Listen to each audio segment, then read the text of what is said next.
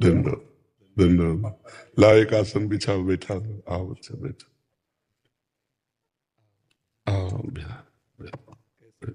कैसे हो आप? बैठ जाओ, आसन में बैठ जाओ। इनको चुनरी पहनाओ, इनको दुपट्टा लाओ, इनको भी दुपट्टा लाओ। पूज्य गुरुदेव भगवान, अभी भगवान श्रीमन नारायण की प्राण प्रतिष्ठा हो रही है 7 से 10 फरवरी। अच्छा, गौरी गोपाल में।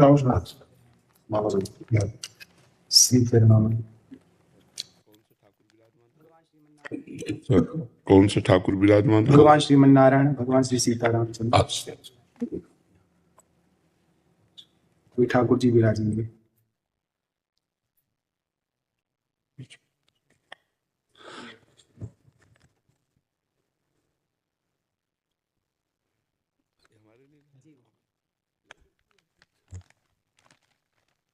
ये हमारे लिए जी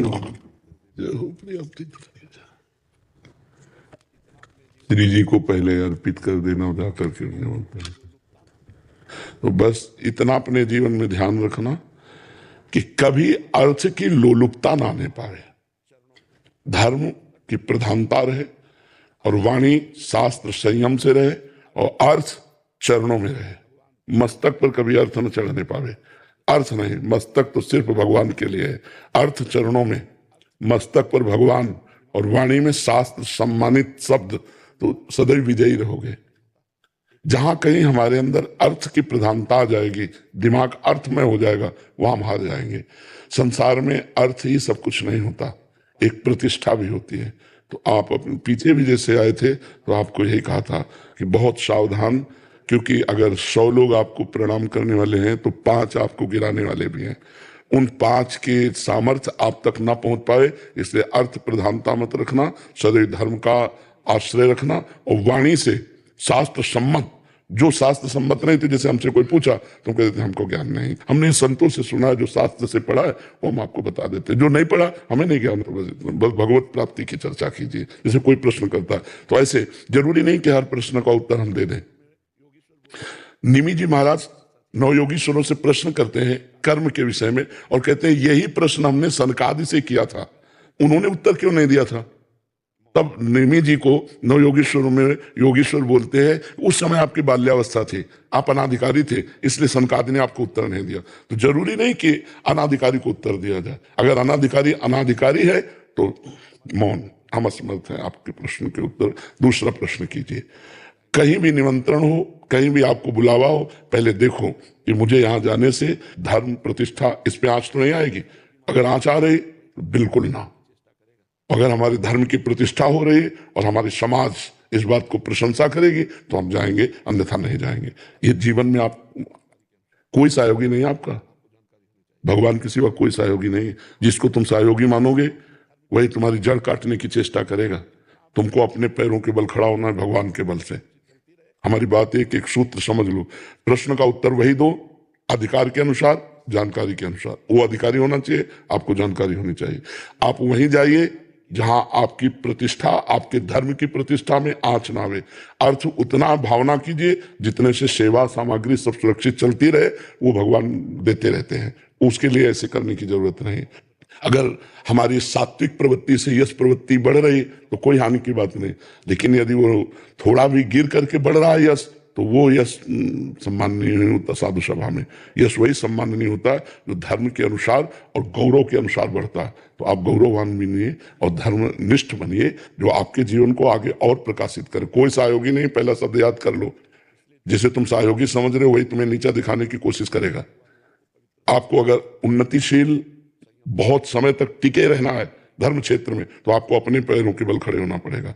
इसके लिए आपको परिपक्व रहना होगा, स्वयं परिपक्व रहना होगा। यश बढ़ने में वर्षों लगते हैं, धूमिल होने में 2 मिनट लगते हैं। 2 मिनट में सब चौपट हो जाता है। इसलिए जो भगवान ने आपको दिया है यश, जो भगवान ने आपको पवित्रता दी, उसका निर्वाह आप कीजिए। संयम से स्वयं रहिए। कहीं भी कभी भी जो भगवान ने अर्धांग में विराजमान कर दिया, इसके सिवा कभी दृष्टि नहीं डालनी। नजर नीची करके बात करो, उत्तर दिया, खत्म खेल। कभी किसी से किसी तरह का लगाव ना होने पाए तो कभी जीवन में तुम्हें कोई गिरा नहीं सकता। यही होते हैं कंचन कामिनी, गिराने वाले। कीर्ति तो हरि के द्वारा दी हुई होती है। वो अपने प्रयास से नहीं आती, हरि के प्रयास से आती है। न कामिनी में कभी आकर्षण हो, न कंचन में कभी आकर्षण हो। कंचन तो अपने आप बरसेगा जब हम धर्म में चल रहे हैं। जैसे समुद्र में बिना बुलाए नदियां अपने आप जा रही हैं, ऐसे धर्मात्मा पुरुष के पास समस्त वैभव अपने आप आ जाता है। खूब आनंदित रहो, प्रसन्न रहो और हमारे सनातन धर्म को आगे बढ़ाओ। जब कभी कोई सत्संग करो उसमें नाम की प्रधानता जरूर करो, क्योंकि कलयुग में केवल नाम के द्वारा कल्याण हो सकता है। शास्त्रीय सिद्धांत भी है, कृतयुगे ध्यायते विष्णु त्रेतायाम जयते मखई द्वापरे परिचर्यायाम कलो तद्धर कीर्तनात्। हरि कीर्तन के सिवा कुछ नहीं है। ना कोई यज्ञ हो सकती है इस समय, अपवित्र घी आ रहा है, अपवित्र धान्य और जौ आदि हो गए, कहां से यज्ञ होगा? त्रिकाल संध्या करने वाले कौन है? कोई बिरला ही कोई होंगे जो त्रिकाल संध्या करे। ध्यान, मन इतना चंचल, ध्यान कैसे लग सकता है?